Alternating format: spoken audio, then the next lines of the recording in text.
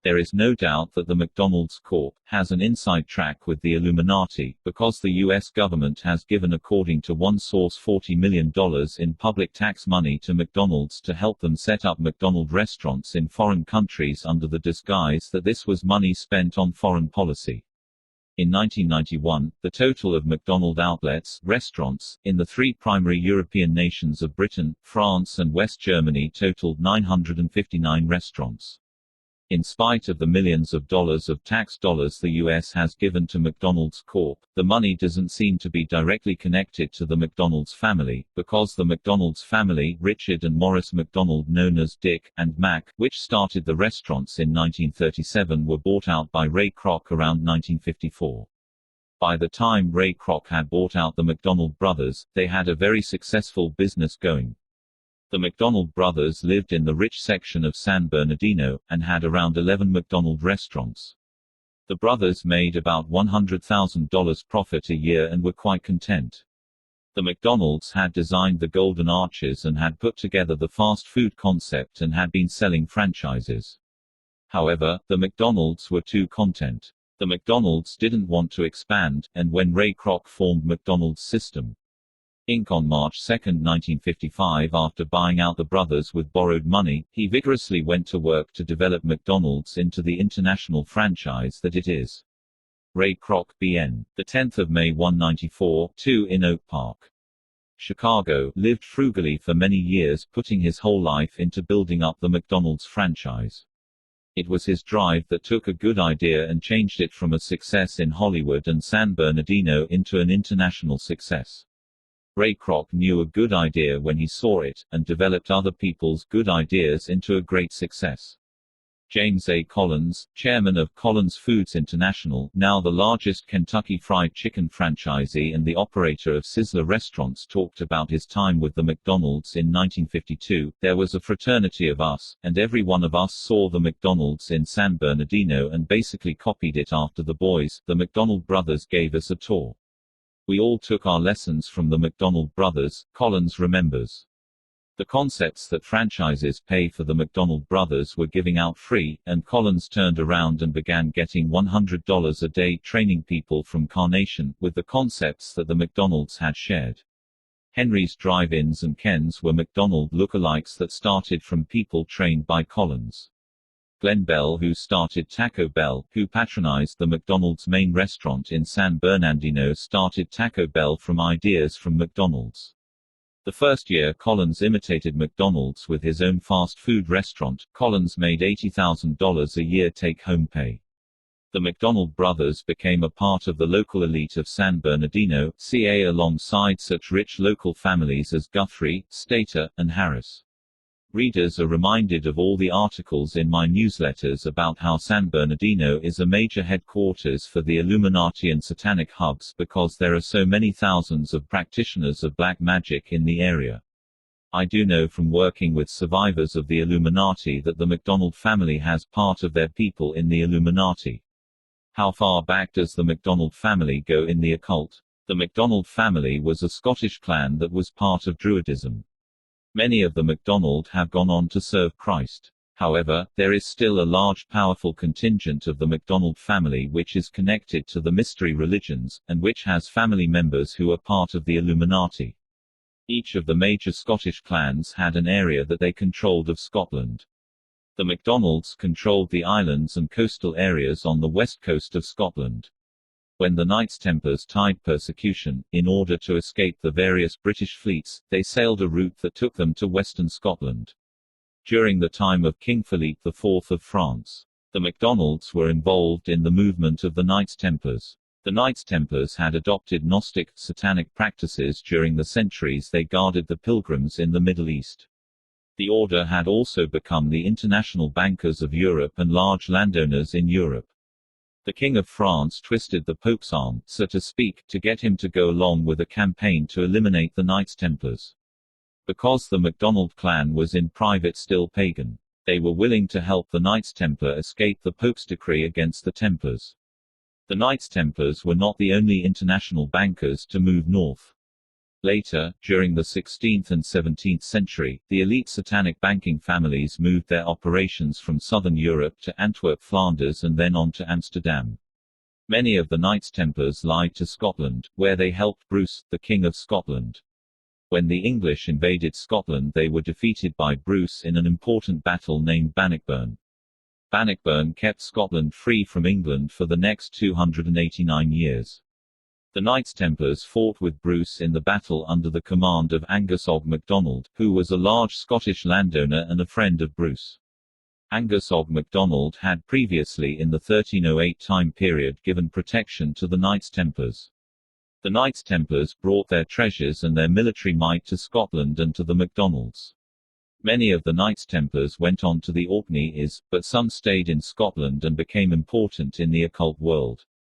The descendants of these knights are still guarding some important occult relics, which may be revealed in the next few years. The Sinclair family has been part of the Prieur de Sion, Freemasonry and the Illuminati.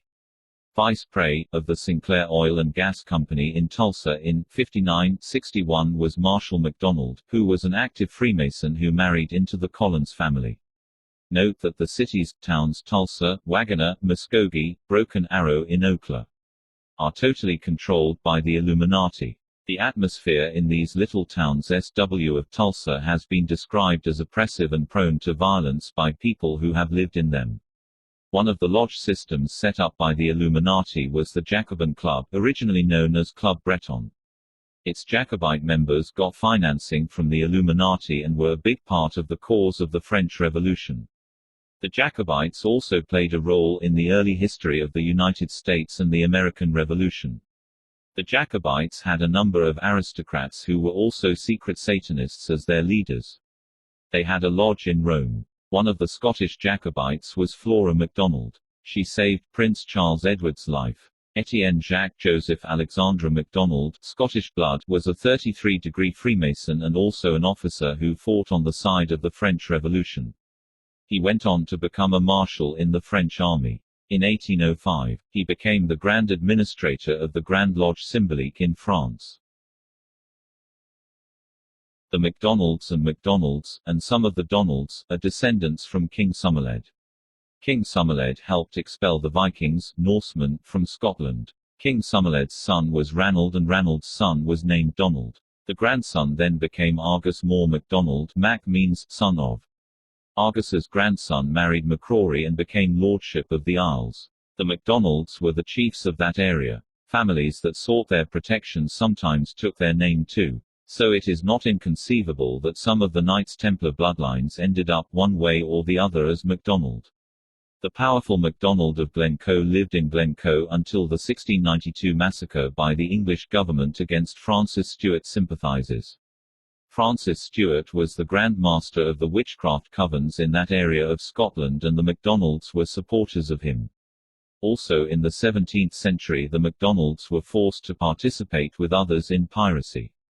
There are some powerful Stuarts, also spelled Stuart, in the Illuminati today, some who are friends with the Rockefellers.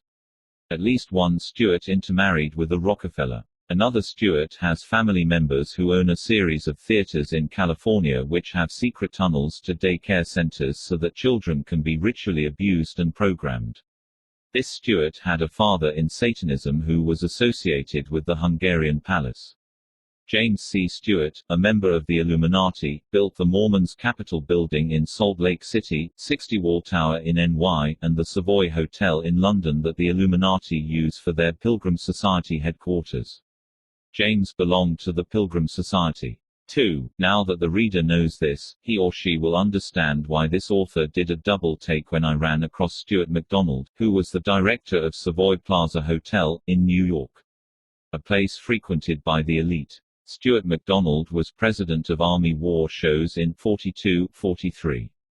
See the article on the Van Duns in this newsletter to understand the connections between the Army War Shows and the secret mind control ops done in WW2 under the auspices of the Illuminati. Stuart MacDonald was also the police commissioner in corrupt St. Louis, Mo and the Fed. Housing administrator for Wash, D.C., as well as being an auto manufacturer. There is a Stuart who actually has a stronger claim to the throne of England than Queen Elizabeth. He is 11th in line as a claimant, while she is only 13th. His claim is a carefully preserved secret by the media. Queen Elizabeth is of the Hanover dynasty, which is part of the 13th Illuminati bloodline. This Stuart claimant was recently asked if he would like to have the throne of the newly formed nation of Estonia, but he rejected it. The Stuart bloodline and their henchmen have been an important part of the leadership of Freemasonry down through the centuries. The Scottish Stuart family, as well as the Cameron, Campbell, Douglas, Hamilton, and Montgomery Scottish families were originally powerful families that came from Flanders area, now Belgium and North France, which is today a strong point for the Illuminati. These families emigrated to Scotland in the 12th century and were part of the strong occult bonds between Scotland and the Flanders area. Today, Flanders is divided between northern France and Belgium. Later, Flanders became a banking centre for the international bankers. The Hungarian occult world also connects to Scotland with such ancient historical figures as Saint Margaret, a Hungarian noble, whose husband Malcolm Seymour murdered in real-life Macbeth. Her son David introduced feudalism into Scotland, and she herself brought in Catholic priests. There are many occult ties between Scotland, Flanders, Hungary, and Rome. Parts of the McDonalds continue to practice Druidism, which was the original religion prior to the Christians. The McDonald heritage goes back to the Picts and Gaelic people. Some of the McDonalds have become part of the Catholic hierarchy. I believe I know of 5 McDonalds which have become air marshals, top rank, in the British Ray.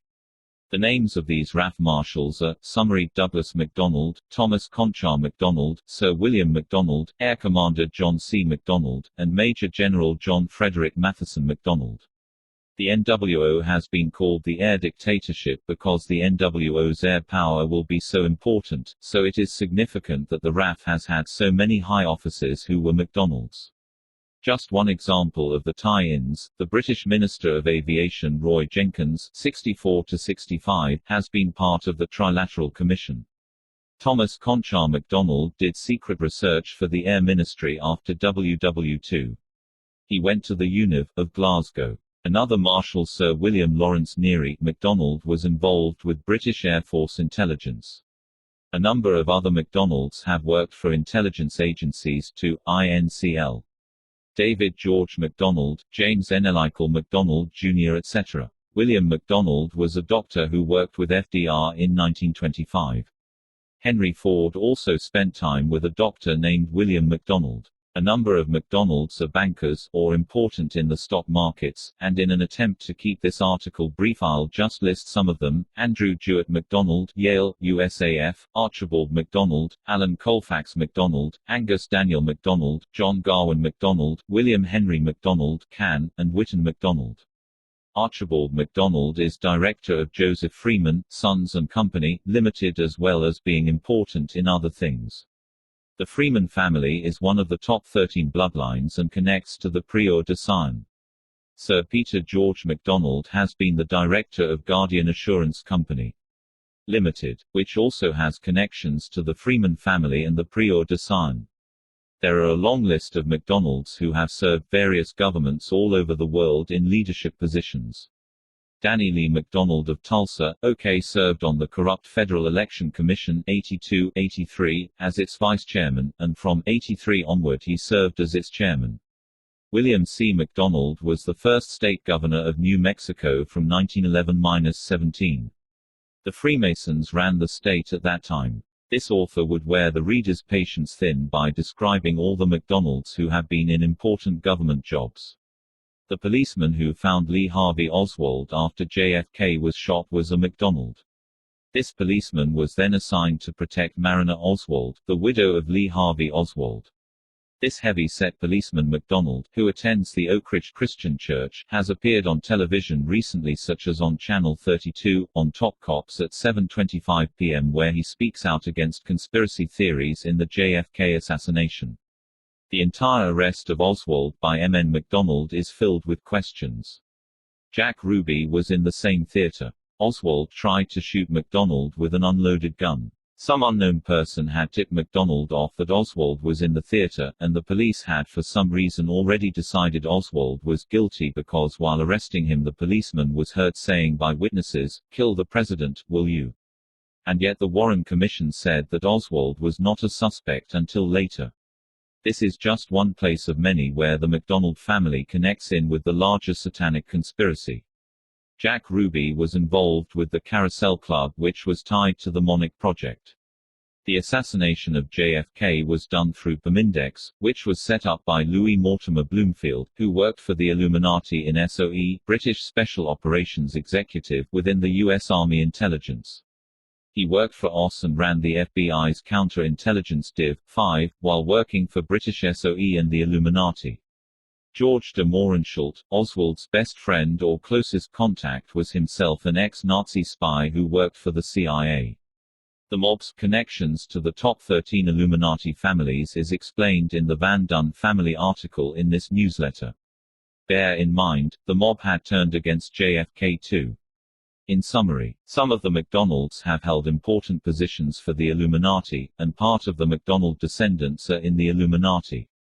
You will also find McDonalds very active in Protestantism and Catholicism. The McDonald family's involvement with the occult goes clear back to Druidism, and then the protection and leadership they gave to the Knights Templars. Today, some of the McDonalds are barons, some are bankers, and some are leading intelligence and military men. Greater than news article that shows Linda McDonald was awarded hush money by the Canadian government, and the CIA for MK-Ultra mind control programming. Brainwash victims to receive $100,000, Ottawa denies responsibility for experiments. By Bob Cox.